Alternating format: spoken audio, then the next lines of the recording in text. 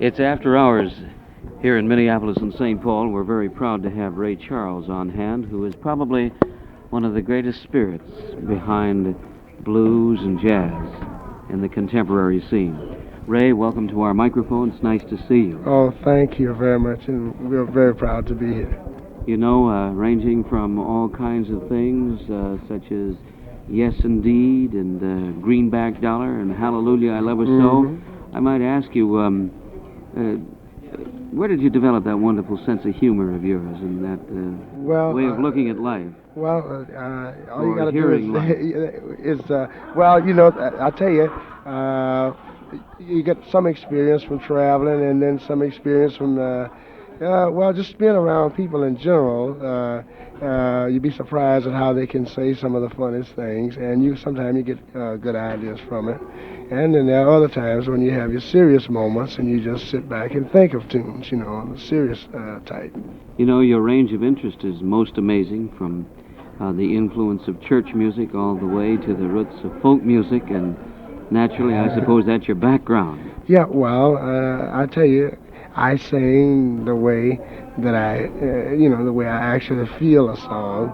And they say of course, a lot of people have asked me, have I ever sang spirituals, but I've never sung spirituals, and I mean not for a living.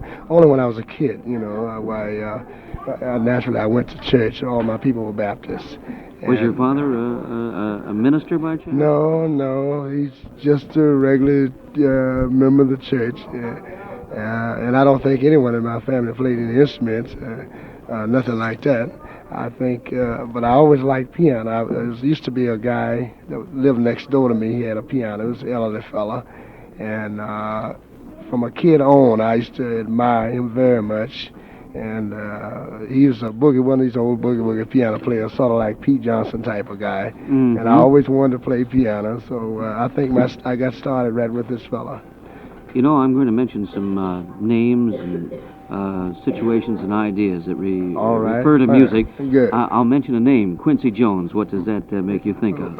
It makes me think of an extremely good friend of mine. He's a very wonderful fella, and I have to tell you right now, he's doing very well for himself. He arranges for some of the top artists, for some of the top labels, and I don't want to, be too egotistical, if that's the word you use, but it makes me feel good to say that he's someone I know very well, and he started arranging. I think I started him off with his first arrangement back in Seattle. Seattle, your hometown, sir? Well, no, I went up there. In fact, when I was working down in Florida, that's where I was reared at, in Florida. And I left the band when I was about 16 years old, and I decided, I wanted to go someplace I'd never been before, so I just took a town at random, and Seattle happened to be the town. I might ask you, what do the blues mean to you? Well, the blues, it depends on what type. It's one thing about the blues. You can sing a happy tune with the blues. You can make them sad. But generally, when people have the true blues, it's usually something sad, some sad love affair or something like that. It's generally a story of a boy and a girl breaking up or something like that. He's lonesome or he wants to see somebody or generally thing like that. Guy's usually lonesome when he's got the blues.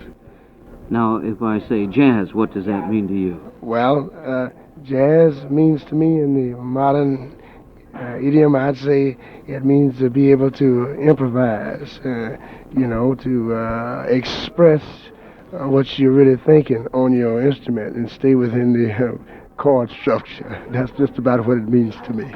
Now, if I were to mention Jimmy Lunsford in this band, which I feel kind of swings you along every once in a while. Yeah, well, I used to love his band. I think he had a swinging band, in the area that during the time he's coming along.